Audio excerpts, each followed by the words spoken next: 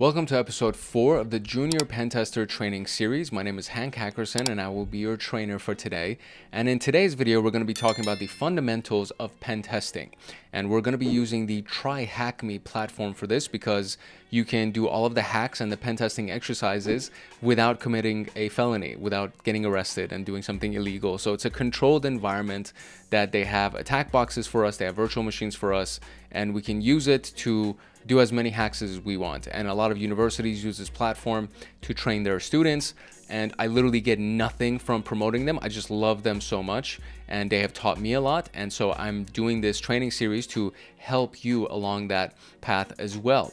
And so this is a room inside of Try Hack Me that is available for free to anybody who has a basic user account with them. So you literally sign up for an account with your email, create a password. That's basically it. And you get access to this room for free. You get access to, I think, over 400 rooms for free inside of Try Hack Me. And there are attack boxes in those rooms, and there are target machines and victim machines inside of those rooms that you can use for all of these exercises and not have to worry about anybody getting mad at you for them. This specific room was developed by CMnatic and of course the Try Hack Me platform themselves. So shout out to them, and very grateful for them for actually doing this so that we can go ahead and learn. And we're going to be talking about what is penetration testing ethics, pentesting methodologies, Blackbox, Whitebox, Graybox pen testing, and then there's going to be a practical exercise at the very end of this where we're going to do a pen test against the Acme company. So I'm excited to go through it with you. I hope you are as well. And let's get into it. If you're serious about your CySec training and want access to me on Discord, consider joining Hackaholics Anonymous. We have 4 tiers: the supporter, agent, guardian, and master. Each tier gets their own Discord server and early access to content. The agent, guardian, and master levels get exclusive content, exclusive downloads, monthly Python automations, live streams with me every single month, plus so much more. And to join, you can simply click the link in the description below, or you can go to our homepage and click the join button there. Or you can go to youtube.com/@HankHacksHackers/join, and you will be able to join Hackaholics Anonymous. Now, without further ado, let us jump into the pen testing fundamentals. All right, the first question that we need to answer is, what even is penetration testing, right? So before teaching you the hands-on aspects of ethical hacking, you just need to understand what a pen tester's job is, what their responsibilities are, what processes are followed in performing pen tests, which is basically finding vulnerabilities in a client application or system and then attacking those vulnerabilities. And the importance and relevancy of cybersecurity are always increasing. If you don't already know this, I don't even know why you're here. You most likely know this. That's why you're here. It could be that you just want to be a hacker. That's another reason why you're here. But the news headlines that we can see is another hack or data leak that's taken place against a bank or against a casino. There was a really big hack that took place against the MGM Grand in Las Vegas last year, and they were held at ransom, and all of their systems were shut down. Like, these things are not just few and far in between. This is happening all the time. And the average hack costs $4.6 million to a company. So this is something that is important, and it's becoming even more important every day that passes. So cybersecurity is relevant to all people in the world, including strong password policies to protect the email, or businesses and other organizations needing to protect both their devices and data from damages. So you as a human being, as a individual consumer, need to have a strong password policy to protect your email. Like, your email is connected to your bank account. Your bank account password can be reset by sending a one-time password to your email or a link to your email. So if you don't protect your email, most of your services and everything that you're subscribed to can be hacked. So that's kind of like the central location that needs to be the most protected, right? A penetration test, or a pen test, is an ethically driven attempt to test and analyze the security defenses to protect these assets and pieces of information. The test involves using the same tools and techniques and methodologies that someone with malicious intent would use and is similar to an audit. So we have white hat hackers and we have black hat hackers. White hat hackers are the pen testers, the ethical hackers, and the black hat hackers are the malicious actors, the people that actually want to hack somebody and cause damage. According to Security Magazine, a cybersecurity industry magazine, there are over 2,200 cyber attacks every single day, which equates to one attack every 39 seconds. And if you have never seen this, then I want to show you what this is, because this is one of the things that I just geek out about, the attack map. And there's a few different versions of this, but this is kind of like the coolest looking one. And it's basically the live attack map across the world. And all of these lines that you see right here, so let's kind of zoom in on this a little bit. All of these lines that you see right here are attacks going into and coming out of these various countries, right? So there's a lot of activity, obviously going, I guess, into Russia, it seems like, going into and out of China. This, I think, is around like the European area or something, or maybe that's Asia or something like that. This is kind of Africa. We have South America, we have North America, and this seems to be too quiet for North America. I feel like maybe they've gotten better at using these servers. So there's a lot of proxy servers that are used to do these types of attacks. So this location right here that you can see that's sending out a bunch of attacks from this location, this one, I would imagine that there's a proxy server that's being used by a bunch of different people, and they're using this location to send out all of their attacks. Same thing with the traffic that you see right here, because I can't imagine that China and Russia are not doing cyber attacks. So it's like they probably aren't doing it from their own location. They're probably using proxy servers from these other countries to launch these attacks. But this is a live attack map as it's taking place. So you can see that there's a lot of activity going on pretty much from everywhere, even in Australia, and we can see it. And then Antarctica seems to be super quiet, but that's basically it, right? So this is what it kind of looks like. This is what the live attack map looks like. And the longer than you actually have this on the screen, the more populated it becomes, because it's literally live and it's picking up everything that's going on. And then so you can see right here that this little dot right here has become even more active in the few seconds that I've been here explaining what's going on here. So this is the landscape of cybersecurity. This is what's actually happening in the world, and this is why it's so important for companies to be ahead of the game. And one of the key elements is to hire a penetration tester, either have them on salary inside the company or hire a pen testing organization to come as a third party and attack their company to point out their weaknesses. So this is what penetration testing is. Now let's talk about ethics a little bit. The key thing that I want you to walk away from or walk away with from this training is that a pen test is only considered a pen test when you've been hired by a company and there is a contract in place and you've been given explicit authorization to do something. Do not ever do anything if there is no contract signed that tells you these are the things that you can attack and these are the activities that you're allowed to do, and you stay within that scope. If there is no contract in place, don't do it. Don't do handshake deals when it comes down to this. It's too easy for somebody to say, oh, I never told you that, and there's no paper trail, and now you're in trouble. So that's a really key element that I want you to walk away with. The ethical hacker part of this, the penetration test part of this, really heavily relies on you actually having a contract and some kind of a written agreement in place. Apart from that, it is kind of in the gray area, and it can easily and very quickly turn into some kind of a malicious attack, and somebody can report you, and then all of a sudden they can be upset about something because one of the exercises that you did may bring one of their systems down, and then now they're in trouble, and then they're going to be like, yeah, I never told you to do that, and then they place the blame on you, and now that's a felony. So when you do something unethical, meaning if you do something without permission in this world of cybersecurity, that's a felony.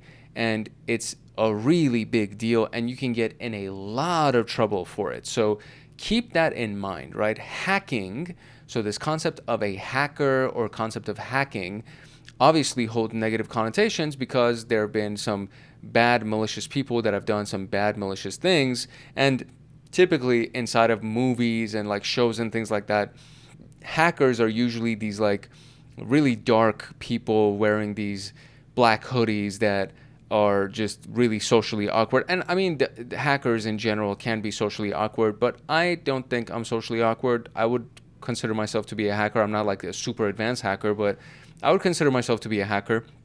And I would say that I'm not like the stereotypical hacker that you would see in movies, right? So recall that a pen test is an authorized audit of a computer system security and defenses agreed to by the owners of those systems. The legality of the pen test is pretty clear-cut in the sense anything that falls outside of the agreement is deemed unauthorized. Before the test starts, a formal discussion occurs between the pen tester and the system owner. Various tools, techniques, and systems are agreed on, and this forms the scope of the pen test agreement and will determine the course of the penetration test. In the CompTIA Pentest Plus playlist, we have an entire initial chapter that's dedicated to the engagement agreement. So there are rules that need to be established, right? And all of those things need to be in a contract. Just keep that part in mind. Don't do a handshake deal. You see the handshake right here? This does not replace a contract, okay? Companies that provide pen testing services are held against legal frameworks and industry accreditation. The National Cybersecurity Center has the Czech accreditation scheme in the UK. This means that only Czech-approved companies can conduct authorized pen tests of public sector and CNI systems and networks. Ethics is the moral debate between right and wrong. Where an action may be legal, it may go against an individual's belief system of right and wrong. Pen testers will often be faced with potentially morally questionable decisions during a pen test. For example, they're gaining access to a database and being presented with potentially sensitive data, or perhaps performing a phishing attack on an employee to test the organization's human security. If that action has been agreed upon during the initial stages, it is legal. However, ethically questionable. Hackers are sorted into three hats where their ethics and motivations behind their actions determine. So we have the white hat. These hackers are considered to be good people. They remain within the law and use their skills to benefit others. So a pen tester performing an authorized engagement on a company. Gray hats use their skills to benefit others often. However, they do not follow their law or ethical standards all the time. So this could be somebody taking down a scamming site, right? They do it without the permission of the site owner, but the site is scamming people. So they're like, you know what? I'm going to take this site down, even though the site owner has not explicitly given me permission to hack them. I'm going to do it. And then black hat are criminals. These are the people who are trying to damage organizations or gain some kind of financial benefit at the cost of others. So ransomware authors infect devices with malicious code and hold data in encrypted format until they get paid a ransom. The rules of engagement is a document that's created at the initial stages of the pen test, and it consists of three main sections, which are ultimately responsible for deciding how the engagement is carried out. The SANS Institute has a great example of this that can be viewed at the link on this page, or you can just Google SANS Institute Rules of Engagement. And so you have the permission, right? So this actually gives you explicit permission to do the attack. Then there's the test scope. This is the section that tells you what the targets are that you are allowed to attack and what tools and types of attacks you can actually launch against those targets. So for example, if your attack is going to bring the entire system down, most likely you're not allowed to do that because you can't attack the system and bring it down. You can't crash the system. But you can find whatever vulnerabilities may exist that you can potentially exploit to crash the system and then report those things. You just can't crash the system, right? So it could be certain servers or applications, but not the entire network. And it could be certain activities, but not anything that would actually crash the system. And then the rules section defines exactly the techniques that are permitted during the engagement. So that's basically what I was just talking about. So you can specifically state that techniques like phishing are prohibited, but man-in-the-middle attacks are okay, right? So who is given permission? You are given permission to perform a security audit on an organization. What type of hacker would you be? If you have permission, you are a white hat hacker. You attack an organization and steal their data. What type of hacker are you? That would be a black hat hacker. What document defines how a pen test engagement should be carried out? That would be the rules of engagement. So let's talk about pen testing methodologies. As a pen tester, you can do a lot of stuff. There are a lot of things that you can do, and the only limitation is your creativity, because there are established techniques and tactics that you can use, but then there's nobody saying that you can't get creative and make something up, as long as it just stays within the boundaries of the rules of engagement. So no pen test is the same, right? There are no one case fits all as how a pen tester should actually approach it. And the steps that you take during an engagement are known as your methodology. A practical methodology is a smart one, where the steps are taken relevant to the situation at hand. So having a methodology that would test the security of a web application is not practical when you have to test the security of a network, right? So what you do will be determined by what you're actually attacking. So before we look at the different industry standard methodologies, we need to note that they basically have a theme, right? So you gather information. It's also known as reconnaissance. And so you could get publicly accessible information, for example, open source intelligence, also known as OSINT. And this specific step right here is known as passive reconnaissance, because you're not scanning anything. When you start scanning things, that's also known as active reconnaissance, and that shows up on their security appliances, like their intrusion detection systems and things like that. So information gathering falls under passive reconnaissance, and it's usually public or open source information that you gather. Enumeration and scanning involves actual scanning, and this will show up on a security appliance, right? So finding a web server that may be potentially vulnerable by scanning their entire network, that would fall under enumeration and scanning, and this is active reconnaissance. Then you move into exploitation. Before exploitation, there is some kind of a vulnerability scan that needs to also take place, so you can find out what that asset is vulnerable to. And we talk about all of this, by the way, in the CompTIA Pentest Plus. So if you're really interested in pen testing, we're going to go through all of the foundations and fundamentals in the junior pen tester pathway, which is what you're watching right now. But if you really want to get into the more advanced stuff, the CompTIA Pentest Plus is where it's at, because we do talk about, obviously, the rules of engagement. We talk about reconnaissance. And then before we get into exploitation, we talk about vulnerability analysis and vulnerability scanning. So we can actually find vulnerabilities to then exploit and go into exploitation. So in exploitation, you leverage vulnerabilities that are discovered on the system or the application. And then you can either use public exploits or actually creating your own exploit. Then there's privilege escalation. So you've gotten into the system, you've gotten into the network. Now you want to get higher privileges so you can do some serious damage, right? So once you've actually exploited the system, this stage is the one that you can expand your access to the system, escalate horizontally and vertically, where horizontally is accessing another account of the same permission. It's also known as lateral movement. And then vertically is when you actually increase your permission or your privileges and maybe get into an administrator role where you can start doing some real big moves that require specific permissions. And once you have gotten in, once you've escalated your privileges, post-exploitation is basically your objective. What was your goal at the end of all of this, right? So are you trying to go into other parts of the network? Are you trying to steal data? Are you trying to cover your tracks and all of those things? This is typically what is involved in an actual hack. And then what they're talking about here is more about the reporting elements of it, right? So what other hosts can actually be targeted? What additional information can we gather from the host now that we're a privileged user, covering our tracks? And then, of course, reporting is the very, very end of this, where you submit a report to the company, you submit a report to your boss, and you say, this is what I did, this is what I found, this is what I would do to fix these things.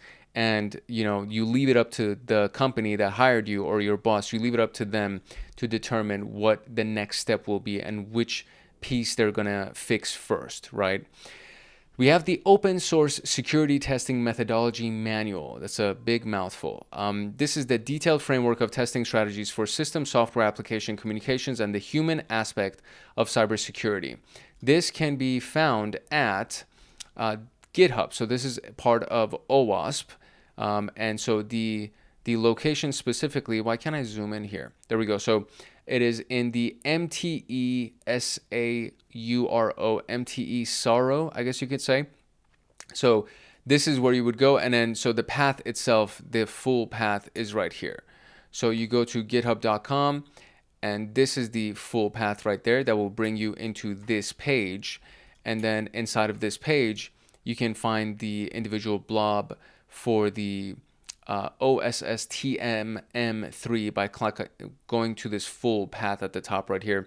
You can always go into this free room inside of TryHackMe. Just click on this link. You can also Google OSSTM3 and you'll be able to find the GitHub link that will bring you here. And that's the detailed framework. And so it focuses primarily on how these systems applications communicate. So it includes methodology for telecommunications like phones, voice over IP, etc., wired networks, and wireless communications. So it covers various testing strategies in depth, and it's difficult to understand, very detailed, and tends to have unique definitions. It includes testing strategies for specific targets like telecom and networking.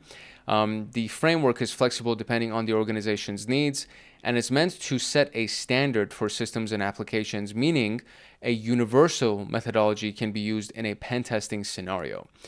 OWASP is the Open Web Application Security Project, and this is a very important name in the world of cybersecurity, specifically with web applications.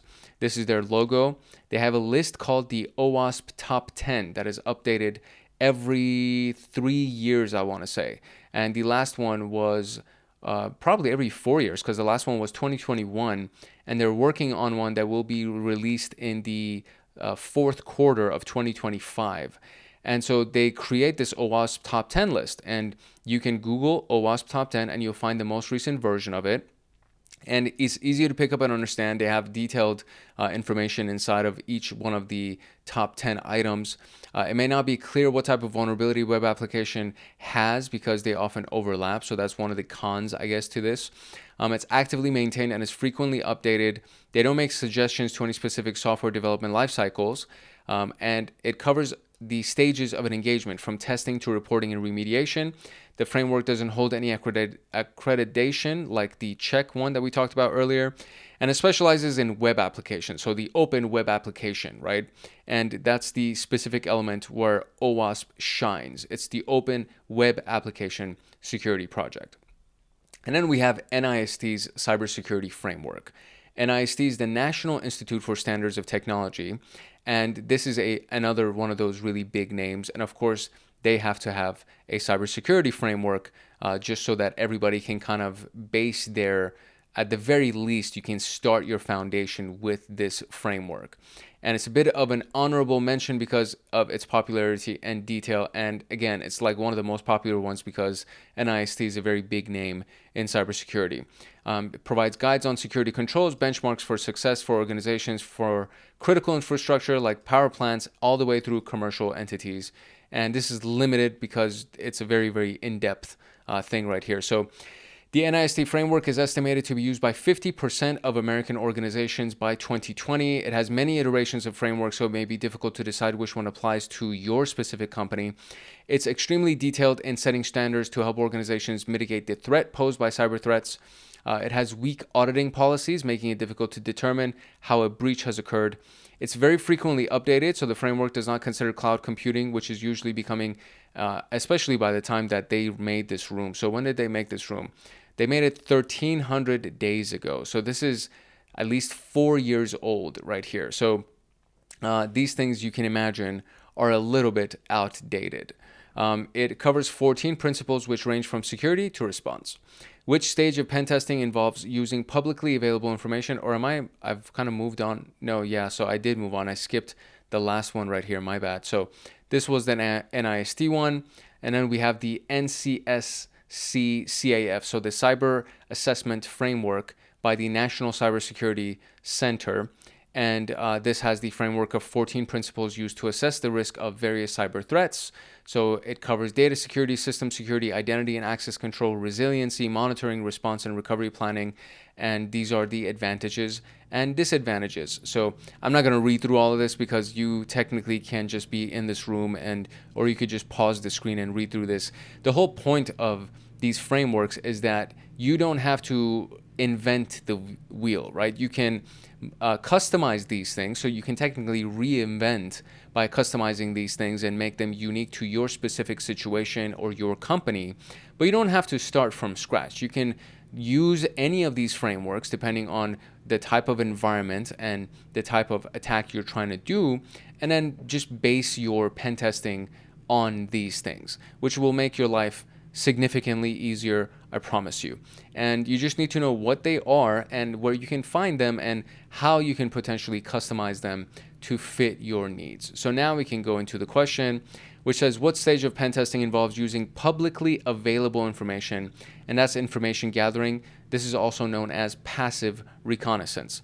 If you wanted to use a framework for pen testing telecommunications, what framework would you use? And we're looking for the acronym, and that would be the OSSTM, that framework that we found on GitHub.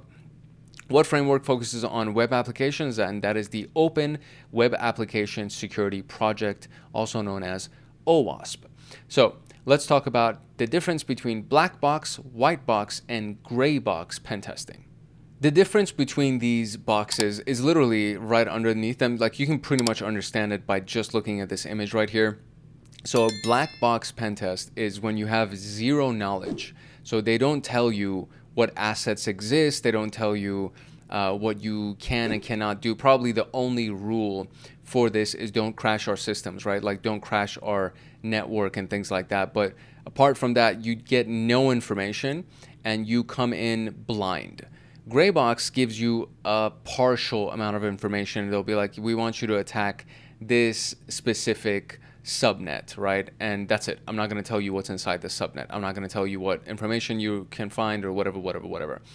The white box is everything. They tell you everything. They're like, these are all of the assets that we want you to attack. This is what these assets are. This is what we're worried about. So they'll give you the most amount of information. So typically, a company will hire an external third-party pen testing company to do a black box pen test against them so that they can see literally from scratch what the vulnerabilities are. And then internal pen testers will most likely be white box pen testers. And then gray box people could either be internal or it could be a third party. But more often than not, it is a third party because you can still give them partial knowledge. When they work inside the company, it's hard to say, oh, we're not going to give you all the information. So typically, if you're working inside the company, you're doing a white box pen test. But it could be a third-party company that was also hired to do a white box pen test. So the understanding of your target will determine the level of testing that you perform in the pen test. And these are the things that we're going to talk about. So this testing process is high-level process, being the black box, right? So where the tester is not given any information about the inner workings of the application or the service. They act as a regular user testing the functionality and interaction of the application or piece of software or the network or the system. This test involves interacting with the interface buttons, testing to see whether the intended result is returned, etc. No knowledge of programming or understanding of the program is necessary for this type of pen testing. Black box testing significantly increases the amount of time spent during information gathering because you are doing a lot of reconnaissance. So you're doing a lot of passive reconnaissance, you're doing a lot of active reconnaissance, enumeration, scanning, a lot of things, right? So they still need to unblock your IP address from their defense system so that you can actually do the scans, because if you are on their firewall and you're on their defense system, meaning that you haven't been white flagged, essentially, if you haven't been whitelisted, then all of your scans will most likely return incomplete results. Gray boxing is the most popular for things like pen testing. It's a combination of both black box and white box. The tester will have some limited knowledge of the internal components of the application or software or network. It'll be interacting with the application as if it were a black box scenario and then using their knowledge of the application to try to resolve issues as they find them. Gray box testing, the limited knowledge saves time and is often chosen for extremely well-hardened attack surfaces. Hardened is another word for secured. So if something has been hardened, it means it's been secured. White box testing is a low-level process usually done by a software developer who knows programming and application logic. The tester will be testing the internal components of the application or the piece of software, ensuring that the specific functions work correctly within a reasonable amount of time. They get full knowledge of the application, and the expected behavior is much more time-consuming than a black box test, right? So that's what they're trying to find, is that they're going to essentially move up the progress line, and they're going to get all the knowledge of the application and the expected behavior because they don't have the time, or they won't be given the time to do a bunch of passive and active reconnaissance and all of those things. So the full knowledge in Whitebox testing provides a testing approach that guarantees the entire attack surface can be validated. So you're asked to test an application but are not given access to the source code. What type of testing is this? This would be the black box. You're asked to test a website and you're given access to the source code. That would be a white box, right? So let's do the practical exercise now, where we actually do a little bit of a pen test here. All right, here's our scenario. Acme has approached us for an assignment. They want you to carry out the stages of a pen test in their infrastructure. View the site by clicking the site button, which is this thing right here, which I've already done. And then we're looking for this flag. So here's what it is. The stages of the pen test for Acme. The penetration test is where you define the 3 primary objectives in this particular stage, cycle through the tabs to find these. So permission, test scope, and rules. For a pen test to be ethical, both parties wanting their application will sign a document, see, giving clear permission for the intended actions. The test scope will define what targets or environments are being tested. For example, you may only be allowed to test part of their application and not their entire network. And the rules define the type of behavior that we can employ, so you can have access to part of the application and not the entire server that hosts it. So these are, what are we looking at here? We're looking at an inbox right here. Okay, so let's click next. So it says that the information gathering of the engagement is often undervalued, and in my opinion, it's the most important, because if you have really good intel, if you've done really good reconnaissance, it makes the rest of the thing much easier. So using publicly accessible channels to collect intel, Abby, who has a public profile on LinkedIn, advertises that she works for Acme and even includes her email in her bio, which is a big no-no. Which is a possible way we can target her work laptop and thus the company. So this is Abby, and look at that. Email is Abby Feltwood at Acme Co UK. So Abby has made a mistake here. So next here is the goal is to get a complete picture. So we're now in an enumeration and scanning. The pentester will identify user accounts, machines, network shares, applications. Information gathered from stage 2 and the engagement scope document will help you enumerate the target. And enumeration is very important because the findings are used to exploit the target system. So let's pretend Abby made a post on LinkedIn sharing a blog post that she wrote about Acme. From this post, we can see the Acme web server is this right here. So we're going to copy this and we're going to paste it. And then we're going to scan the target. And so we actually have a command line here. So we're going to scan the target. And it literally just says scan. But it could be, I don't know, Nmap probably could be the tool that they would use. So vulnerability scan for this. Service vulnerable. Web, yes. Login, no. So the web application is vulnerable. The login application is not vulnerable. That's what we have found so far. So we did a scan, right? So that was our first scan in enumeration and potentially vulnerability scanning. So the exploitation stage involves the knowledge from your enumeration to identify and exploit vulnerabilities in any of these applications. So we enumerated the website in stage 3 and found that it was vulnerable. We now know to exploit the vulnerability ethically, hacking the Acme website. Exploitation is the use of a vulnerability discovered to gain unauthorized access to information. So now they're using the MSF console, the Metasploit console, and they're using an exploit called the handler, and they're running the exploit, running a background job, started a reverse TCP handler, starting the payload handler, sending stage, Meterpreter session opened, and if you see a Meterpreter session, that means now you have a remote login. You've actually been able to run the exploit, and you have a remote connection established to the target. So post-exploitation stage starts when you've gained unauthorized access. At this stage, your main goal will be to maintain access and escalate your privileges within the system.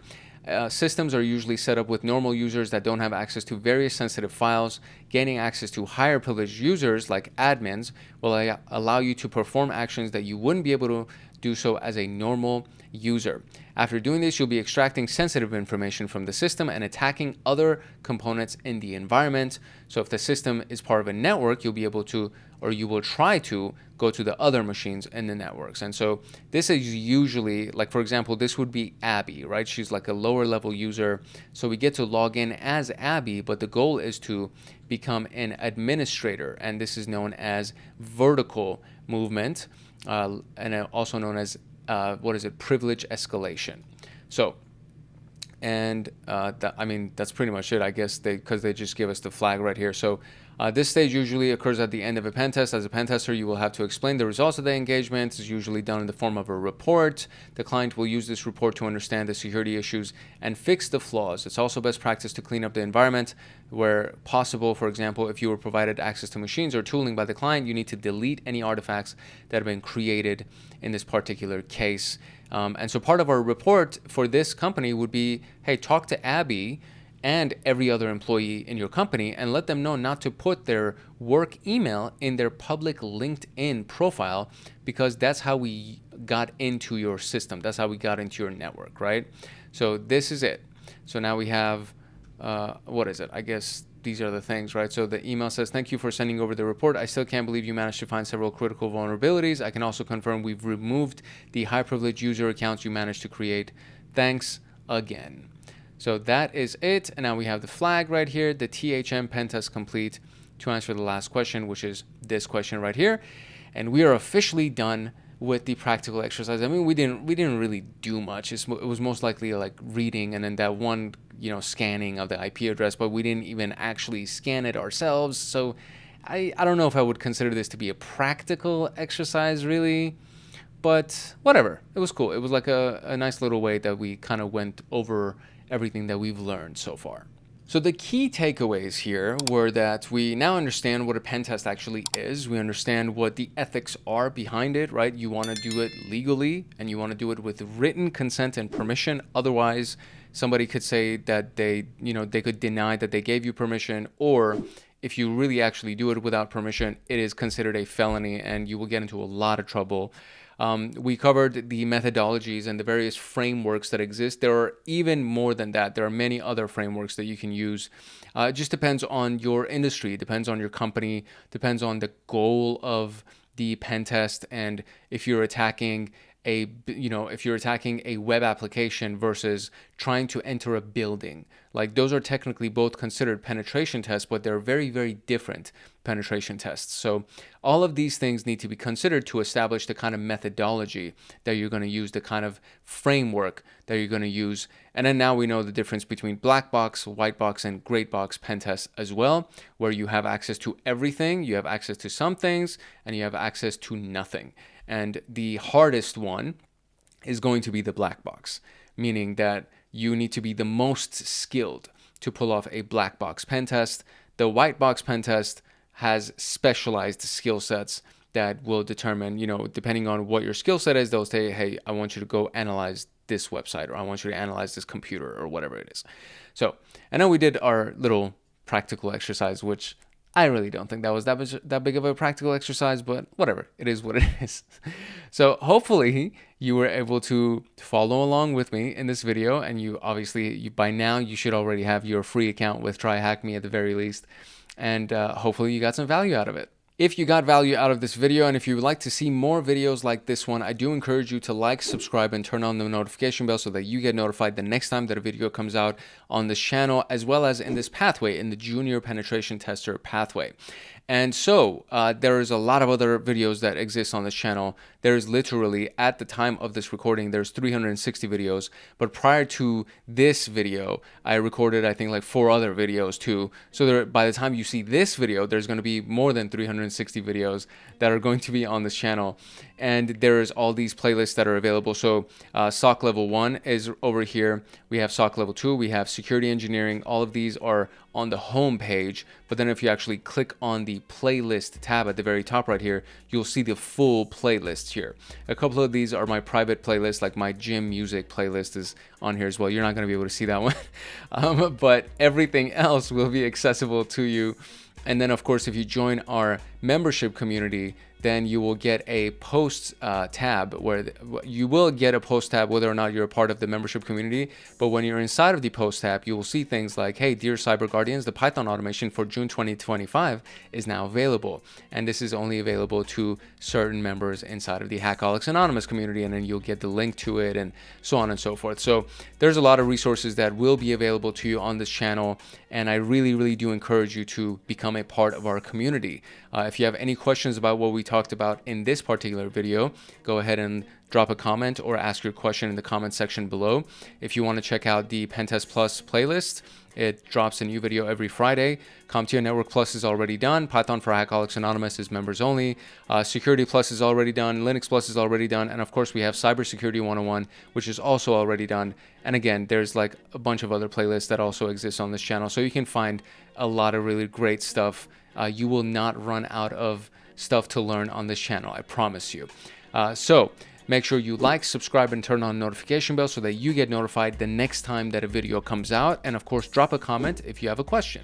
If you're serious about your SysAdmin education and want access to me on Discord, consider joining Hackaholics Anonymous. We have 4 tiers: the Supporter, Agent, Guardian, and Master. Each tier gets their own Discord server and early access to content. The Agent, Guardian, and Master levels get exclusive content, exclusive downloads, monthly Python automations, live streams with me every month, plus so much more. And to join, you can simply click the link in the description below, or you can go to our homepage and click the join button there, or you can go to youtube.com/@hankhackshackers/join, and you will be able to join Hackaholics Anonymous. I hope I see you in the Discord chats. If not, I hope I see you in the comment section, and that is it for today. It's your boy Hank Hackerson at Hank Hacks Hackers, your favorite network and system attacker/protector. If no one else loves you, Hank loves you. Love, peace, and chicken grease, and I'll see you in the next video later. In episode 5 of the Junior Pentester training series, we are going to go through the principles of security, and this is part of the introduction to pen testing module that is inside of the Junior Pentester pathway of TryHackMe. And as per usual, we are going to be using the TryHackMe platform for this particular video. Now, I will say that this specific video is actually going to be mostly a lecture. There is no virtual machines or anything like that we're going to be using. And this specific room inside of TryHackMe is a subscriber only room, meaning that you do need a paid subscription to access this room inside of TryHackMe. And as just a kind of a reminder, if you've never thought about it before, or if you haven't considered it before, TryHackMe is a platform that for a few bucks, essentially, you can get access to virtual machines, you can get access to attack boxes that are used for the attack side of it, as well as victim machines that are used for the target, right? If you're attacking a target. And this is something, my voice just gave out. This is something that is very, very important when you're studying penetration testing, mainly because of the fact that if you do pen testing or hacking against machines that you don't have permission to attack, that's considered a felony, and you can get into a lot of trouble for it. And I'm pretty sure the rules are kind of standard across the board, across every country that would be in this realm of technology and cybersecurity. And if you hack somebody without permission, you can get into a lot of trouble for that. So we use a platform like TryHackMe because we want to still practice those exercises. We still want to do all of those things, all of those attacks, and getting the things inside of the fingertips, right, to actually do the work. But we just don't want to get in trouble for them. And schools, universities all across America, and I'm pretty sure all across the UK and the rest of the world as well, they use TryHackMe to teach their students the practical side of penetration testing and the philosophies and everything that they teach you. You need to find a way to apply them, therefore they use TryHackMe. So that's my whole spiel about why we love TryHackMe, why I have a paid membership to TryHackMe, why I have sent so many referrals over to TryHackMe and I get nothing for them, because I just think it's a really, really, really good platform. So this thing was created 1,300 days ago, and it was created by obviously TryHackMe and CMnatic. And CMnatic is one of the very popular creators inside of the TryHackMe platform. You will, as I do more videos, you will see that a lot of them can be attributed to CMNATIC. So we have the introduction, we have the CIA Triad, the principles of privileges, security modules, or excuse me, security models continued, and threat modeling and incident response. And these are the premium or the primary security principles that you need to keep in mind as we go through everything else inside of the junior pen tester pathway and everything else inside of just cybersecurity in general and even IT. A lot of these things do apply to system administration and IT and all of that good stuff. So that is the outline and the overview for this video today. If you're serious about your CySec education and want access to me on Discord, consider joining Hackaholics Anonymous. We have 4 tiers: the Supporter, Agent, Guardian, and Master. Each tier gets their own Discord server and early access to content. The Agent, Guardian, and Master levels get exclusive content, exclusive downloads, monthly Python automations, live streams with me every month, plus so much more. And to join, you can simply click the link in the description below, or you can go to our homepage and click the join button there, or you can go to youtube.com/@hankhackshackers/join, and you will be able to join Hackaholics Anonymous. Now, without further ado, let us jump into security principles. So in this video, we're basically going to be talking about the fundamental principles of information security, the frameworks that are used to protect data and systems, to the elements of what actually makes that data secure. The measures and the frameworks and protocols that are discussed throughout this video play a small part in defense in depth, which is a very fundamental principle of cybersecurity. And defense in depth, if you can think about what the opposite of depth would be, it would be shallow. So if you have shallow defenses, that means they are not very well rooted, and you can be a mile wide and an inch deep, and then you would have a very insecure defense, or insecure in anything. You would have a lack of foundation in anything. So if you want to have a strong foundation, then you need to build a deep foundation. This also applies to building a house, right? You need to have like a really well-rooted, deep foundation so that it can hold the house up. And obviously it also needs to be on, rock compared to sand, for example. So defense in depth is a fundamental philosophy of cybersecurity. And this is one of the concepts that everything we're going to talk about here is going to apply to. It's the use of varied layers of security to the organization's system and data in hopes that multiple layers will provide redundancy in an organization's security perimeter. And I will say that just because you have multiple layers, it doesn't necessarily mean you're secure. You need to have multiple layers that are well established, right? Again, it goes across to that whole concept that you can be a mile wide but an inch deep. So just because you have multiple layers of security does not mean that you have strong security. It just means that you have multiple layers of security, and each of those layers should be solid. It should be really well established and properly configured to make sure that the actual layer itself is doing what it's supposed to be doing. So let's get into the CIA Triad. The CIA Triad, or CIA in this specific context, does not stand for the Central Intelligence Agency. It stands for confidentiality, integrity, and availability. And the opposite of that would be disclosure. So the opposite of confidentiality is disclosure. The opposite of integrity is alteration. And availability would be destruction, right? So the opposite of CIA is DAD, or DAD, I guess you can call it, whatever. But the CIA Triad is a very, very critical model, especially as we get into the CYSA. The CompTIA CYSA playlist is going to be launched in the upcoming weeks. As we get into the CompTIA CYSA, you will see that the reference to the CIA Triad is made very frequently. It's pretty much the principle or the concept that everything else is built upon. This has been something that has been in use since 1998, and the main reason behind this is that the security of information, also known as information security as a concept, it doesn't just start or end with cybersecurity. It applies to filing, record storage, and data in transit. There are so many different elements to it. And so we have the triad, also known as what you can see here, a triangle, right? They are interconnected, right? So confidentiality, integrity, and availability is an industry standard, and this model should help to understand what this actually means and really what it's meant to do. You can get access to more information about this through the NIST website. The National Cybersecurity Center of Excellence has an extension on NIST. So if we actually go further into their domain right here, it's the NCCOE, so nccoe.nist.gov. That is the extension to the National Cybersecurity Center of Excellence, and the National Cybersecurity Center of Excellence has given us frameworks and a lot of information that can be used to get a better understanding of the CIA Triad and why it's important. So this is a free website. It's something that's available to everybody, and you can access it essentially at any point that you want. And if you're serious about learning more about cybersecurity, you should be visiting NIST regularly, and the various resources that are available through NIST, the National Institute for Standards of Technology.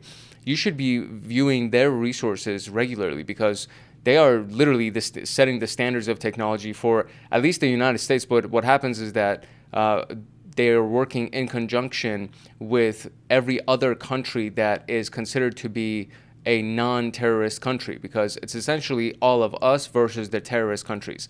And so all of these guys share information with each other, and they establish policies and procedures and protocols to strengthen the security of every country, just because of the fact that if one of you gets hacked, if one of us gets hacked, right, that means that the rest are also vulnerable. And so if somebody gets hacked, then we share the information with the rest of the other countries. And this is where it all kind of ends up being compiled. And it's a very, very, very powerful resource. And so it just kind of ties back to this concept. This is a very, very fundamental foundational concept inside of cybersecurity, and you want to make sure all of these things are as strong as they possibly can be, right? And we'll talk about what each of them actually mean. So this is unlike a traditional model where you have individual sections, because it's a continuous cycle and they're all interconnected. So the three elements can arguably overlap. Even if just one element is not met, the other two are rendered useless, similar to the fire triangle. So if a security policy doesn't answer these three sections, all of them, not just one of them, it's seldom an effective security policy. So confidentiality is the concept of protecting the data from unauthorized access and misuse. Organizations often have some form of sensitive data stored on their systems. Think about somebody's social security number. Think about somebody's health information, their bank account information, their credit card number. There are so many different types of sensitive information. So to provide confidentiality is to protect that data from parties that are not intended to use it. And there are many real-world examples of this. There are a lot of examples of it inside of the CompTIA Security Plus playlist that's on this channel. I did basically a case study, a scenario, a real live scenario that actually did happen for every single section of that training series, just to kind of give you an example of why these concepts are so important. So the employee records and accounting documents are considered sensitive. Confidentiality will be provided in the sense that only HR administrators can access employee records, where vetting and tight access controls are in place. So think about this as well. So inside of the same company, somebody's employee records shouldn't be available to anybody other than HR. Like the marketing department doesn't need to know people's HR records. Some random teller at a bank doesn't need to know the HR records of their branch manager or of the other tellers even. So there are different layers to this, even if it's inside of the same company, right? Accounting records are less valuable and therefore less sensitive, so not as stringent access controls will be in place for these documents. I can also argue this because accounting records are technically financial records, therefore they can be manipulated and misused. So governments using a sensitivity classification rating system, top secret, classified, unclassified, these are general because there is secret, there's top secret, there's various layers of security clearances, and these things apply to government entities specifically. So that's confidentiality, right? Data, and then making sure that the data doesn't fall into the wrong hands. It stays confidential. Integrity is the condition where information is kept accurate and consistent unless authorized changes are made. Now, let's kind of go back to this real quick. Confidentiality doesn't just apply to data. It can also apply to access to a system, right? And access to a system should remain limited to the people who should only have access to that system and nobody else, right? That falls under confidentiality. In the same respect, integrity also can apply to data. So you don't want the data to be changed, right? You want the hash value of a image of a hard drive to stay exactly the same, because if the hash value changes, that implies that something about that hard drive has now changed. And so we want the integrity of that data to exactly be maintained, and we don't want it to be altered. So think about the opposite of integrity is alteration, right? So if the data has been altered, it no longer has its original integrity. It's no longer solid. It's no longer what it needs to be. And the same thing applies to the systems. So if a system has been manipulated or it's been exposed or exploited, that means that the integrity of that system is no longer reliable, and we need to think about how we can either get it back to its original integrity or wipe it or pull it out of the network, whatever it may be. So it's possible for information to change because of careless access and use, errors in system information, or unauthorized access and use. And in the CIA Triad, integrity is maintained when the information remains unchanged during storage, transmission, and usage, not involving modification to the information. Steps must be taken to ensure that data cannot be altered by unauthorized people. So for example, in a breach of confidentiality. So you see how it connects, right? So we have confidentiality. If there's a breach of confidentiality and somebody gets into the system that shouldn't have access to the system, now they can mess around with the integrity of the data inside of the system. You see how it's all connected? So many defenses to ensure integrity can be put in place. Access control, rigorous authentication can prevent unauthorized users or prevent authorized users from making unauthorized changes. That's also very important.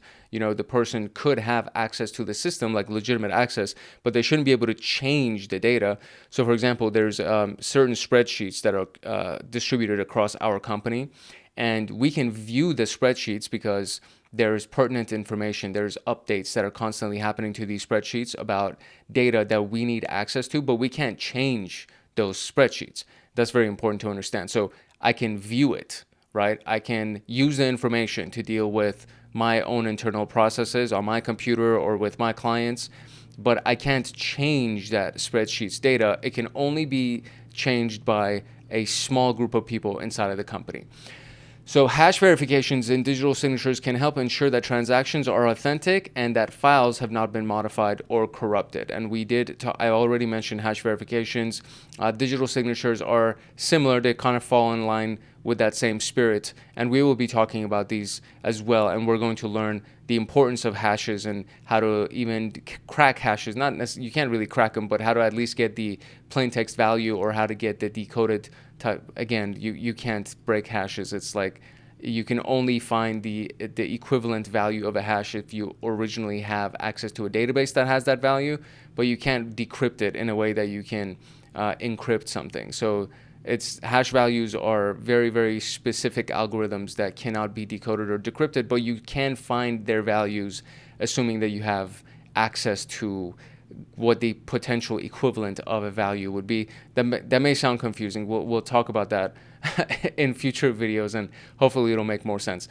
Then we have availability. So in order for the data to be useful, it has to be available and accessible by the user, and we'll talk about the authenticated user in this context. It doesn't need to be available and accessible by somebody who is not authorized to access it, right? It needs to only be accessible by somebody who should have access to it. And if it is accessible, that means it's available. That availability has not been messed with. The main concern in the CIA Triad is that the information should be available when authorized user need to access it. It's very often a key benchmark for the organization. Having 99.99% uptime on their website or system, this is laid out in a service level agreement with your hosting provider, for example. When the system is unavailable, it often results in damage to the organization reputation and loss of money. So think about it like this. There was like a recent event that Microsoft, like Windows in general, was down across the world, right? So let's see, we can do this. How much money does Microsoft make a day? And I think they were down for like maybe 2 days or something. So Microsoft makes roughly $441 million per day. So if they're down for 1 day, that means they're losing $441 million that day, okay? So think about this. It's availability, right? It's availability. Microsoft being available to all of their users or being available to new customers is very, very, very important. And if they are not available, that means that they're losing $441 million per day. And so how much money per hour is 441 million per day? So let's see if we can kind of get like a basic calculation from Google. So 441 million in 24 hours is $18,375,000 per hour, okay?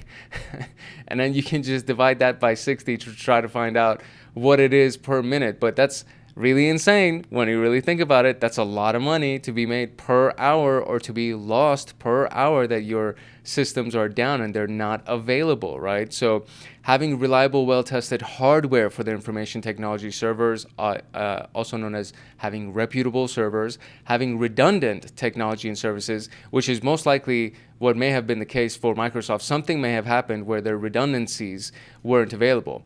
And you can consider a redundancy to be a backup. So you have one server, it's your primary server. In case that primary server crashes, you need to have a backup server, also known as a redundant server. And it holds the same exact functionality, it holds the same data, just in case that first one is not available for any reason. The backup kicks in, and now your system has not experienced any downtime, right? Or very, very minimal downtime. Implementing well-versed security protocols to protect technology and services from an attack, which is kind of the big thing that we want to be focused on, because we are studying penetration testing, which is essentially the concept of attacking and looking for vulnerabilities and all of those things. So this is where our specific field really comes in, and where we shine is the concept of protecting from attacks. But people who are network engineers, people who are system engineers, are the ones that are really also focused on making sure that the redundancies are in place and the systems themselves and the services are actually running, so that there is no lack of availability, right? So CIA, confidentiality, integrity, availability, we're going to be talking about this a lot. This is going to be a concept that you need to get access to, and you need to kind of wrap your head around, I should say. It's a concept that you really need to understand and internalize, because we are going to reference it a lot. Everything that we are going to be doing has to do with one of these three elements. When you hack somebody's password, that is you gaining access to things that are supposed to be confidential. When you get to manipulate some file or some software and embed your code in it, when you inject some kind of code into a software, you are messing with its integrity. When you do a denial of service attack where you bring a system down, you're messing with availability. Everything that we do has to do with confidentiality, integrity, availability. And that comes from the perspective of the attacker. And then when you're looking at it from the perspective of the defender, everything that they do has to do with protecting confidentiality, integrity, availability. Okay, so everything just comes back to the CIA triad. So what element of the CIA triad ensures that data cannot be altered? And that would be integrity, right? They highlighted unauthorized to kind of mess with you a little bit, but the data cannot be altered element has to do with the integrity of the data. What element ensures that the data is available? And that, of course, would be availability. And what element means that it's accessible only by authorized people, and that is confidentiality. So keep this in mind, okay? So we have CIA, confidentiality, integrity, availability. Now let's talk about the principles of privilege. So before we get into it, where do you think privilege falls into, right? When you think about privileged information, when you think about access privileges, what part of the CIA triad do you think privilege falls into? And if you were to guess, right? So 3, 2, 1 probably falls under confidentiality, right? So privileged information is confidential information. When you get privileges, that means you have access to confidential systems. So it's vital to administrate and correctly define the various levels of access to information technology, and the levels that are determined fall into two primary factors: the individual's role or function within the organization and the sensitivity of the information that's being stored on the system. These concepts are the privileged identity management concept. These are the concepts that are used to assign and manage access rights. So privileged identity management, PIM, and privileged access management, PAM, are the two concepts that are used to assign and manage the access rights of individuals to different levels of information, different levels of systems. So they seem to overlap, however, they're different from one another. PIM, so privileged identity management, is used to translate a user's role within an organization, their identity within the organization, into an access role on a system. PAM, the privileged access management, is the management of the privileges that a system's access role has, among other things. So privileged identity looks at the user's role. Privileged access management looks at the system's access role. So what is essential when discussing these things is the principle of the least privilege. Now, this is very, very important when it comes down to security administration, right? Or user administration when you're doing Active Directory or really anything, right? LDAP, Lightweight Directory Access Protocol, which is typically Unix and Linux-based. Active Directory is Windows-based, but it all comes down to this idea of least privilege. If you want to make sure that a system is secure, you enforce this idea of least privilege. And the concept is that users should be given minimum amount of privileges, the least amount of privileges, and only those privileges that are absolutely necessary for them to perform their job, their duty. So you only get enough access to do what you're supposed to do at your job and nothing else, right? And other people should be able to trust what people write to, meaning the data, the assets that you can actually modify, right? So going back to the concept of the spreadsheet at our company, if everybody was able to access it and if everybody was able to modify it, then users will look at it and be like, well, I don't know how much of this information I can trust because some random schmuck that just got hired today could have modified all of this data, and I don't know whether or not this data is reliable. You see? So other people should be able to trust what we can write to and what information they're looking at, because only a small number of people who actually have privileges were able to access that and modify that document. So PAM, Privileged Access Management, incorporates more than assigning access. It's also encompassing the enforcing security policies like password management, auditing policies, and reducing the attack surface that a system faces. So what does the acronym PIM stand for? It's Privileged Identity Management, and PAM is Privileged Access Management, okay? If you want to manage the privileges of a system, what methodology would you use? That would be Privileged Access Management. If you want to create a system role that is based on a user's role, what would you look at? That would be Privileged Identity Management. So let's talk about security models, or more security models. Okay, we need to get reminded of a concept that we just talked about: confidentiality, integrity, and availability. And we've talked about what those things are, but in the concept of information systems, right, we're going to be talking about security models in the context of information systems. And an information system is any kind of a system or technology that stores information, or we can take that a step further. It uses information, it leverages information, accesses information, modifies information, not just storing information. So information systems work with information. They either work with information, store information, or both, right? So which is how we're going to reference everything that we're going to be talking about in this particular section. So there are security models that are used to achieve the three elements of the CIA Triad. And this is what we're going to be talking about.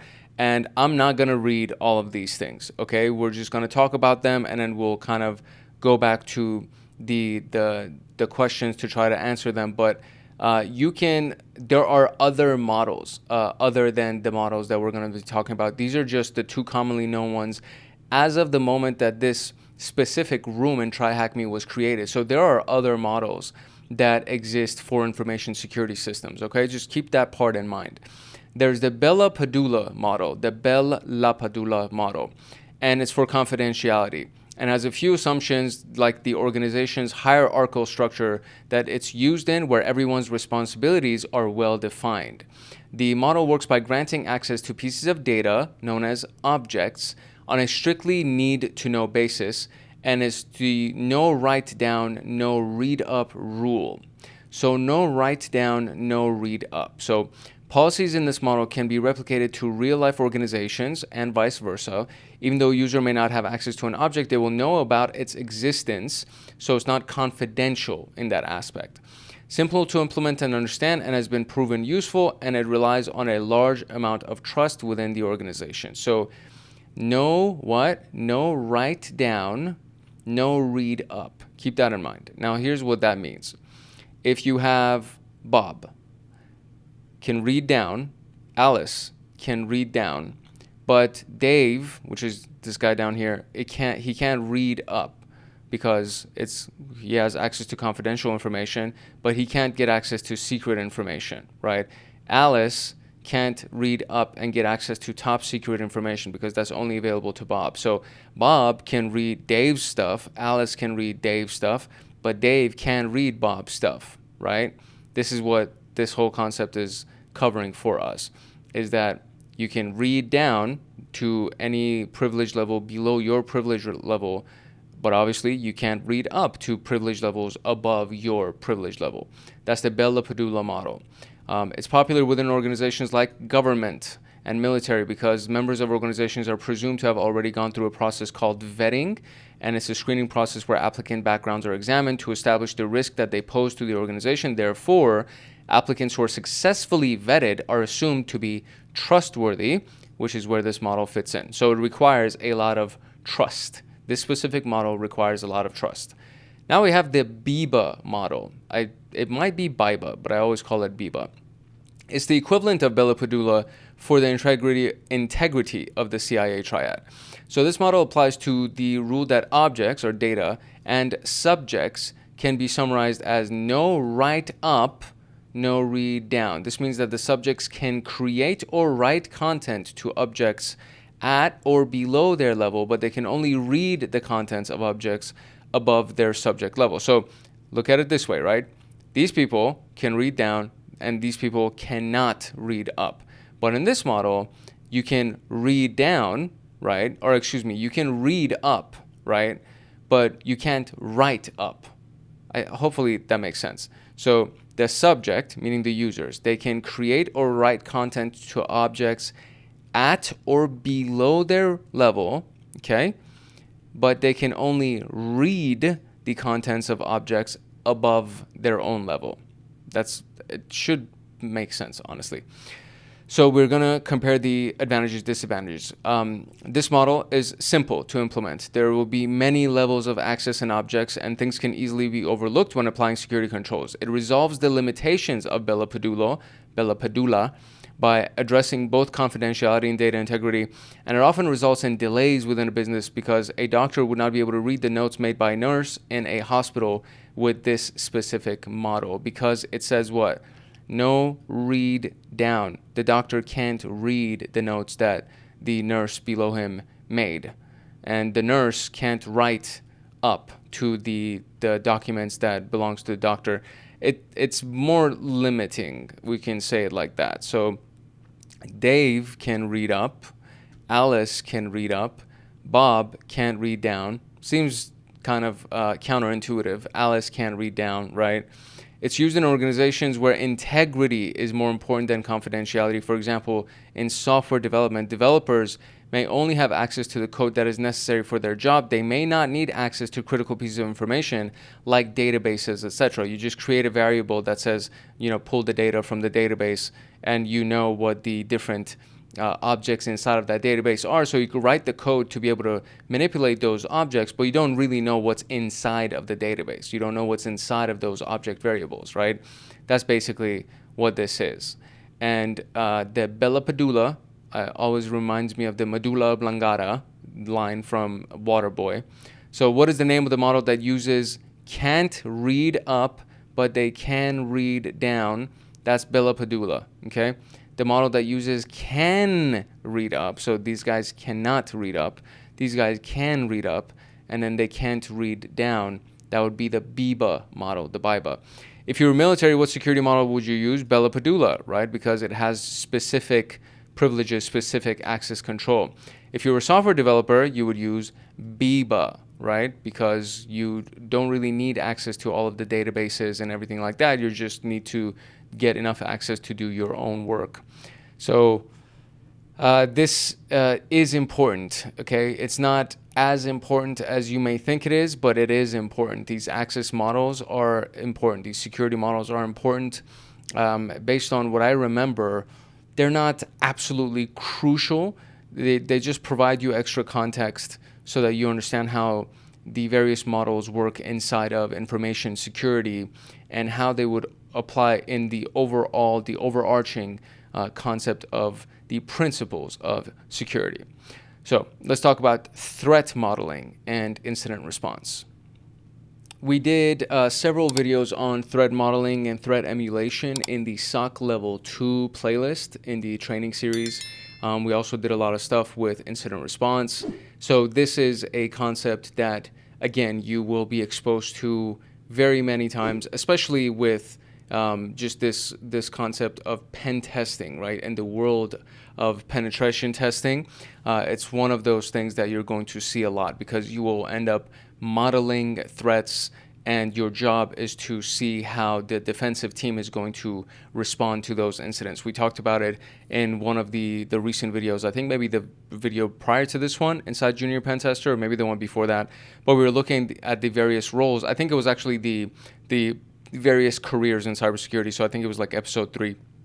And so the job of the red team and the job of the pen testing team is to see how the defensive team is going to react and respond. And our job is to model threats that would be very effective against our given company and our given systems and infrastructure. So threat modeling is the process of reviewing, improving, and testing the security protocols in place of the information technology and infrastructure services for a company. A critical stage of threat modeling is identifying likely threats that the application or system can face and what the vulnerabilities the system would be vulnerable to.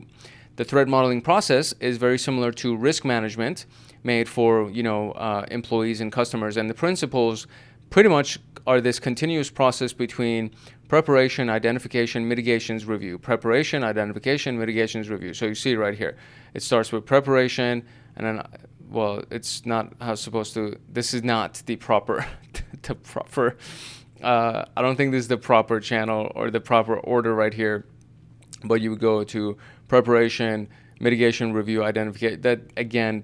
This seems like it's out of order. This is not the proper order. Preparation, identification, mitigation, review. This seems to be a little bit more of the correct order. So, however, a complex process that needs constant review and discussion within a dedicated team is what threat modeling is. The threat model would include threat intelligence, asset identification, mitigation capabilities, and risk assessment. The threat intel can come from a variety of different sources, for example, the MITRE ATT&CK matrix, or the NIST CVE database, or VirusTotal, or the World Wide Web, like the internet. You can get threat intelligence from a lot of different places. Identification of the assets are basically the technologies inside of your company and the data inside of your company. And then you can even look at the people inside of the company, because people can either be assets or they can be liabilities depending on how well they're trained. So people could be assets. In FBI shows and FBI movies, they refer to people as assets. We need to protect the asset. We lost the asset, things like that. Assets can obviously be money, and it could be financial resources. It could be data systems and the data itself, etc. So you need to identify all of the assets because you need to protect those assets. You need to know what you're protecting. If you don't know that an asset exists, you can't protect it, right? So you need to identify all the assets. Mitigation capabilities would be everything that has to do with scanning, with monitoring, with incident response teams and everything else along those paths. And then people who will be on the engineering teams that will restore backups and get systems up and running, restore data, all of those things. So it's what are your capabilities and what are the processes that you're going to use to mitigate the potential attacks or potential vulnerabilities. And then you need to be able to assess the risks, right? So we have assets that are vulnerable to certain threats and they are at risk. And so the risk would be, how likely is it for this threat to actually attack our asset or to affect our asset? And then that would be the level of risk that we're at. And is it high risk? Is it medium risk? Is it low risk? We need to assess the risk and we need to see how immediate our response needs to be. Because if you have a critical risk, if you have a high risk type of a threat against a really high value asset, you need to fix that right now. You need to fix that before you even end your test, because if something were to happen, that asset will be, it can bring the company down, so to speak. So it's very important. So there are frameworks, obviously, to help you with this. For example, STRIDE stands for spoofing identity, tampering with data, repudiation threats, information disclosure, denial of service, and elevation of privileges. This is the STRIDE framework right here. There's also something known as PASTA, Process for Attack Simulation and Threat Analysis. And that's so corny. InfoSec never tasted so good. That's Jesus. Let's detail STRIDE, and authored by the Microsoft security researchers in 1999. It's still very relevant, and it has 6 main principles. The principle of spoofing requires you to authenticate requests and user access for a system, because spoofing is basically somebody falsely identifying itself as another person. It's also known as impersonation, right? So think about spoofing as somebody impersonating somebody else, right? They've spoofed their own identity, their own IP address, to make it seem like they are somebody else so that they can get access. So access keys like API keys or signatures via encryption help to remediate this type of a threat, because signatures via encryption or access keys like API keys, all of these things should be only assigned to one particular person unless those things get stolen, which ends up being a very high level type of an attack. Tampering kind of falls back to the integrity concept, right? So spoofing is what? Under confidentiality, right? If we're looking at the CIA Triad. So spoofing can fall under confidentiality. If somebody is actually able to falsely identify themselves as another person, that also kind of seeps into integrity, and now they have access to things that they shouldn't have access to. Tampering has to do more with the integrity of data. So providing anti-tampering measures to a system or application, you can help provide integrity to the data. And the data that's accessed must be kept integral and accurate. So for example, shops use seals on food products, for example. Repudiation is the concept of saying you didn't do it. So if you can repudiate, that means you have the ability to say that you didn't do it, which is where this comes in. These access keys and signatures and all those things come in because they're attached to your identity. So this principle dictates the use of services like logging of an activity for a system or application to track. And it basically says that, John says, I didn't do it. And then we look at the logs and we're like, well, John, your username on your computer was used to do X, Y, and Z. What do you have to say about that, right? And it can be possible that John didn't do it. Maybe John was framed, right? Maybe John's identity was spoofed and somebody went and pretended to be John. They impersonated John digitally on the network. That could be possible, but it's something that we have at least some kind of evidence to be able to trace those activities and say, okay, well, we've traced it back to you, right? So what do you have to say about that? Information disclosure pretty much connects to confidentiality. And so applications or services that handle information of multiple users need to appropriately be configured to only show information relevant to the actual owner and nothing else. And this also connects back to the concept of least privilege as well. You don't want the brand new teller to get access to all the information that's available to the CEO. That's very, very bad. So this has to do a lot with not just information disclosure to the public, but even disclosure to the various levels inside of your company. go back to the security model concepts that we were talking about, right? These security models that show us what is it, Bella Padula, I think that's what it was, and then the Biba models, they have to do with this level right here, right? So the people that should not be able to read certain things and the people that should be able to read certain things, that's kind of what it falls down to. Denial of service has specifically to do with availability, right? So applications and services use up system resources. These should have measures in place so that the abuse of those things won't result in bringing the whole system down, which means making availability a problem, making those systems not available to customers and to other users will cause severe damage to the company, to their reputation, to their financials, etc. And finally, we have the elevation of privilege, which has to do with confidentiality. It has to do with availability. So this is the worst case scenario for an application or a service. It means that a user was able to escalate their authorization to that of a higher level, for example, an admin. And this scenario often leads to further exploitation of information or disclosure of that information.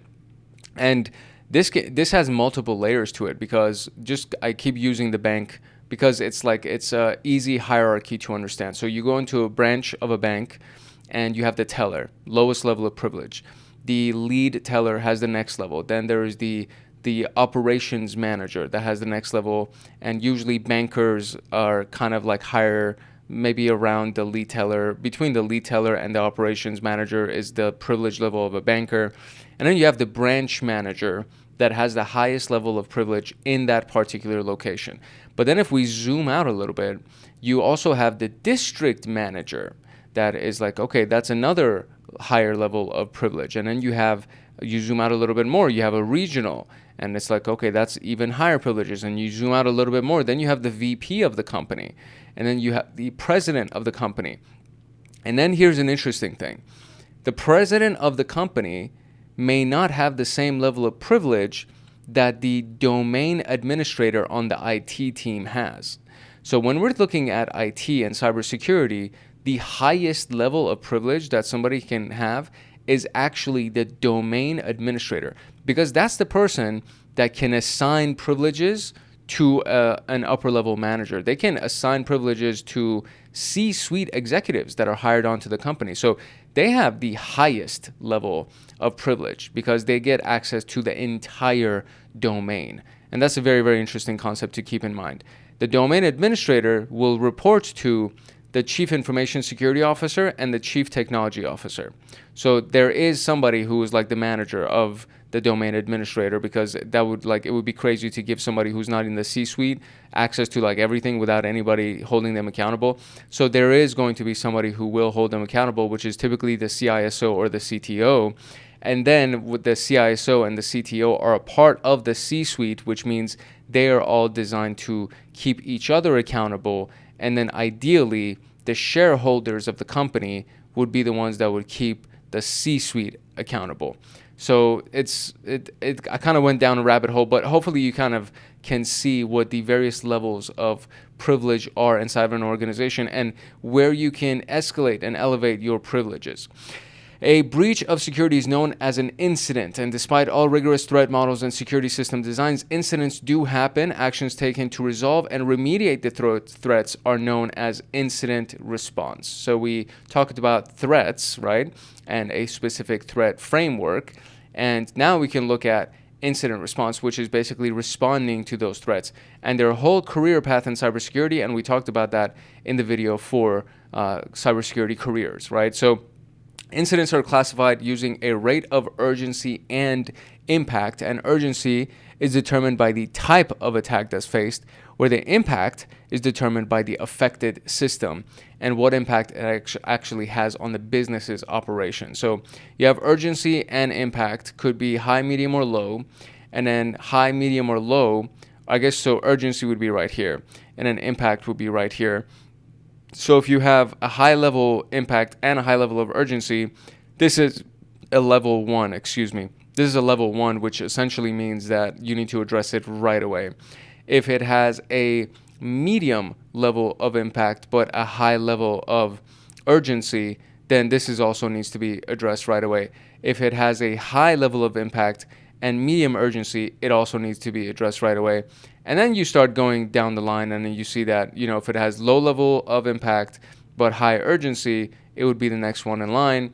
If it has high impact, you kind of get the thing right here. And so if it has low impact and low urgency, then this is the least thing, or the last thing you would have to worry about. So an incident is responded to by a computer security incident response team, also known as a CSIRT, which is pre-arranged group of employees with technical knowledge about the system and or current incident. And to solve this incident, these steps are only referred to as the 6 phases of incident response. So you have preparation. So do we have the resources and plans in place? Have we done some rehearsals, tabletop exercises? Are we prepared, right? Identification has to do with actually being able to monitor and notice that something is going on, right? So can you identify something if it actually does happen? How equipped are you to identify that thing? Containment has to do with preventing the threat from going to other parts of the system. So think about quarantine. So somebody gets sick, right? There's some kind of viral infection. And to prevent it from being spread to the rest of the hospital or to the rest of the employees, whatever, they quarantine them. They put them inside of a bubble, for example, or you can't leave this room, right? That kind of a situation. And then whoever does go inside to interact with this person is inside of those hazmat suits, and they prevent themselves from taking that to the external rooms or the rest of the environment, right? So the same thing applies to digital security, to cybersecurity. We want to keep it on this one machine so that it doesn't go to the rest of the segment in this office, and then as a result goes to the entire region, and then all of a sudden now it's in the entire company, and now we are totally screwed. So you want to contain it. You want to isolate it to prevent other systems or users from being impacted. Containment is also referred to as isolation. So those are 2 ways of saying the same thing. Once it's been contained, you got to remove it. You got to eradicate it. You got to wipe the system. Do whatever you need to do to make sure that you have gotten rid of the thing. And once you have done that and you verified that it's no longer there, then you can recover and you do a full review of the impact system to return to business as usual. And this has a lot to do with backups, right? Do you have backups? Do you have backup images of a specific computer? Do you have backup storage of data? Do you have redundancies in place? All of those things. And then what did we learn? Based on what we learned from the incident, if it was due to phishing, employees should be trained to detect phishing. If it was due to misconfigurations, we need to make sure that we do proper configurations from now on. What did we learn? And then based on what we learned, we go back to preparing so that now the next time that something like this happens, we identify it right away. It doesn't even get further than that, and it's contained, and we eradicate it immediately. Or we completely secure our systems from it ever happening again. So at the very least, whatever just happened to us doesn't happen again. That's the purpose of lessons learned, right? You should not fall victim to the same thing twice. That's a very, very important concept, right? Fool me once, shame on you. Fool me twice, shame on me. That's where this whole thing comes in from. And if you have not learned your lesson, then you are doomed to repeat the same mistakes. So what model outlines spoofing? That is Stride, because the S element of Stride talks about spoofing. What does the acronym IR stand for? And that would be incident response. And you're tasked with adding some measures to an application to improve the integrity of the data. In what part of Stride principle is this? And we're talking about tampering, right? Because integrity has to do with data being altered. So if you're trying to maintain integrity, or if you're trying to improve integrity, then you're talking about tampering. An attacker has penetrated your organization's security and they've stolen data. It's your task to return the organization to business as usual. What response stage is this? And that would be recovery. We are recovering from the losses and we're getting back to business as usual. And that's it. That's actually it for the lecture contents for this specific video. So in this video, we have talked about the CIA Triad, and now we understand that everything in security and pen testing and technology in general comes down to the CIA Triad. It's one of the most important concepts of security, if not the most important concept. And it's basically the guiding light to everything else. Everything that we do from here on will have to do with confidentiality, integrity, or availability of a system of data, and what the different ways that we can go to attack these different three elements, right? So what are the attack vectors that we can use to go after one of these three or all three of them, right?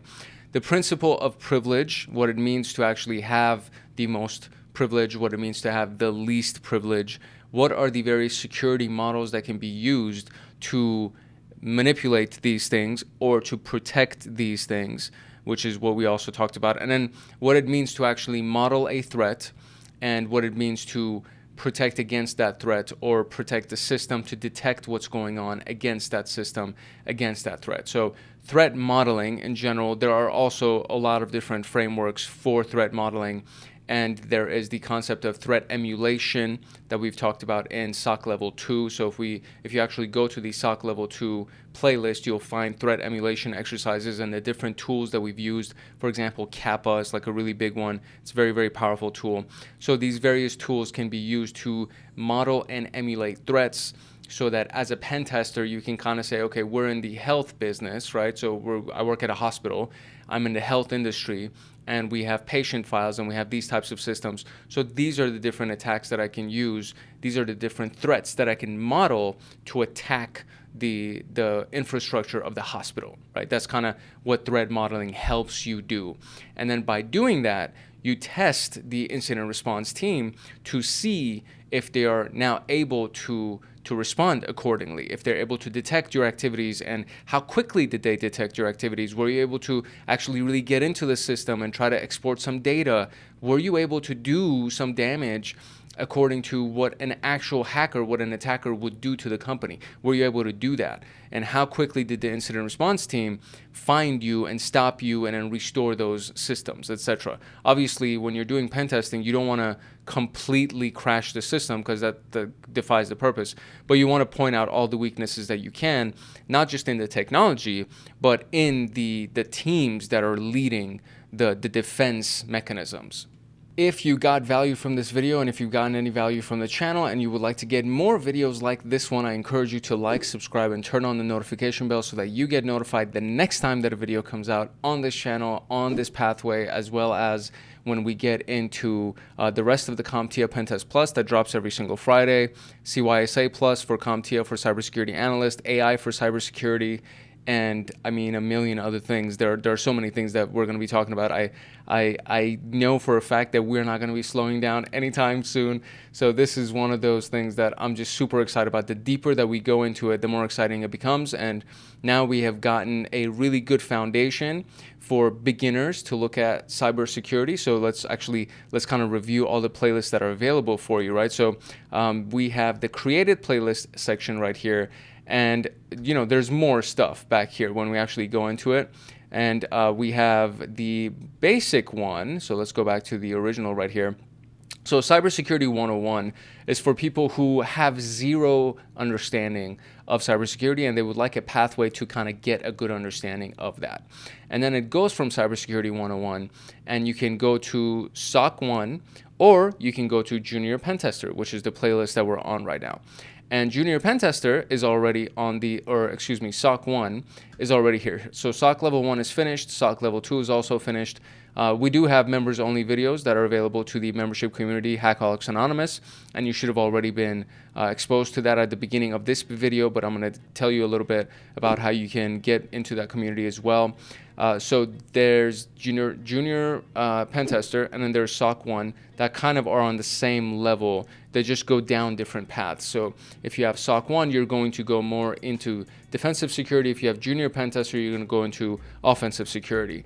And then we already have CompTIA Pentest Plus that's happening. There's already the Security Engineer playlist, and there's a SOC Level 2 playlist as well. So both of those, if you want to go into defensive security, they exist. And then if you want to go into offensive security, CompTIA Pentest Plus is there. And then after we're done with Junior Pentester, we're going to go into Red Team there's so much. You see what I'm saying? There's the CompTIA Linux Plus. This is a very popular playlist, and a lot of people have enjoyed it. And through this playlist, they've joined our membership community. We have the Security Plus playlist, the CompTIA Security Plus. There was a freaking fly that just came in.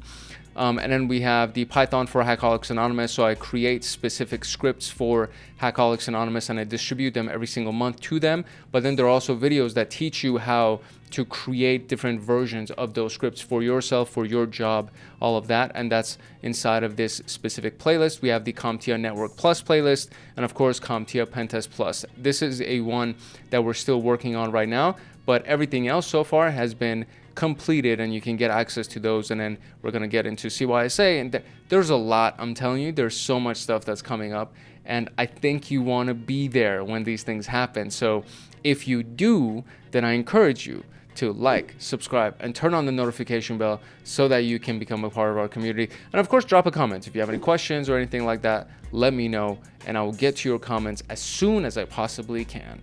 If you're serious about your SysAdmin education and want access to me on Discord, consider joining Hackaholics Anonymous. We have 4 tiers: the Supporter, Agent, Guardian, and Master. Each tier gets their own Discord server and early access to content.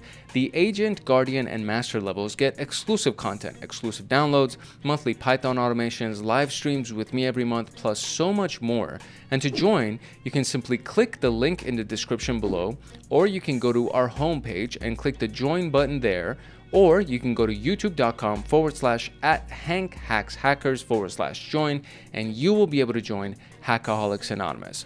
I hope I see you in the Discord chats. If not, I hope I see you in the comment section, and that is it for today.